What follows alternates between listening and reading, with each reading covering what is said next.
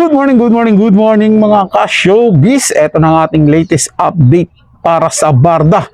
Sa araw na ito, David Licauco, ibang klase mag-alaga kay Barbie Fortesa. Yan po yung ating bibigyan ng komento, reaction, opinion sa araw na ito. Pero bago po tayo magpatuloy, nais ko lang po kayong pasalamatan sa inyong walang sawang suporta at pagtangkilik at panonood dito sa ating channel mga ka-showbiz at mga kapwa Barda fans ko dyan. Kaya naman kung hindi ka pa nakapag-subscribe dito sa ating channel, ano pang hinihintay mo? Mag-subscribe na at i-hit ang notification bell para laging mauna ka sa mga bagong balitang showbiz. Panoorin at pakinggan ang buong detalye at ikaw na ang humusga. Chika Test Today. Barda's natural magic, fans decode David's different treatment. The scene. Habang nagpo-promote si David Licauco ng Never Say Die sa SM Cebu, napansin ng netizens ang kakaibang dynamics. Hindi makikitang naging sweet si David kay Jillian Ward, at agad itong naging comparison point sa trato niya kay Barbie Fortesa. The comparison. Kung love team lang o simpleng workmate ang tingin ni David kay Barbie, dapat pareho lang ang energy niya kay Jillian. Pero bakit magkaiba? Kung fan service lang ang habol, dapat may kilig moments din sila ni Jillian, lalo na't may upcoming teleserye sila. Pero wala. Ang fans ang nag-decipher, iba talaga si David pagdating kay Barbie. Fans, decode. Care factor, he really cares for Barbie, kaya ibang-iba ang vibe. No fan service, kung ginagamit lang si Barbie, dapat may fan service din kay Jillian. Pero wala. Magic factor, may magic talaga ang Barda. Hindi scripted, hindi pilit. The Barda difference. Ang isang kahanga-hangang bagay tungkol sa Barda ay hindi nila kailangang magpaka-sweet. Natural lang. Isang simpleng tingin, isang malalim na koneksyon, at ang hindi maipagkakailang chemistry lang ang nagpapatakbo ng lahat.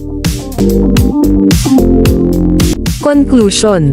Sa bawat public appearance, mas lalong lumilinaw, iba ang trato ni David kay Barbie. Hindi ito simpleng fan service, hindi ito scripted kilig. Ito ay natural connection na ramdam ng lahat.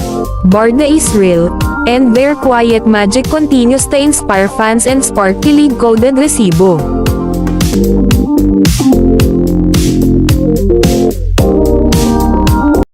So ayan mga ka-showbiz, mga kapwa Barda fans ko dyan. Ngayon sabihin ng mga haters na walang relasyon si Barbie Fortesa at David Licauco. Diyan sa kaibahan na yan kung paano ituring ni David si Jillian Ward at si Barbie Fortesa. Hindi ba nila halata yun? Hindi ba nila masyadong obvious yun? Parehas niya lang yan ka-love team sa isang serye niya kung tutuusin. Hindi po ba? Si Jillian Ward. Pero bakit ganyan yung tungo niya? Ganyan yung pag-aasikaso niya. Ibang-iba pag si Barbie Fortesa yung kasama niya. Mga ka-showbiz, mga kapwa Barda fans ko dyan. Diba? Doon pa lang, talo na sila doon sa argumentong walang relasyon si Barbie at David eh. Hindi po ba? Plus, yung pagbibisto pa ni Jillian Ward na nagbi-video call o nagchat-chat sina David at si Barbie kahit magkahiwalay yung dalawa. Doon pa lang, isipin na nila yung ganun ka-effort na ginagawa, yung ganun pag-aasikaso niya kay Jillian kumpara sa pag-aasikaso niya kay Barbie Fortesa. Diba? Napakalayo po ng diferensya. Ganun yung tunay na mayroong professionalism at ganoon yung pagkakaroon ng relasyon.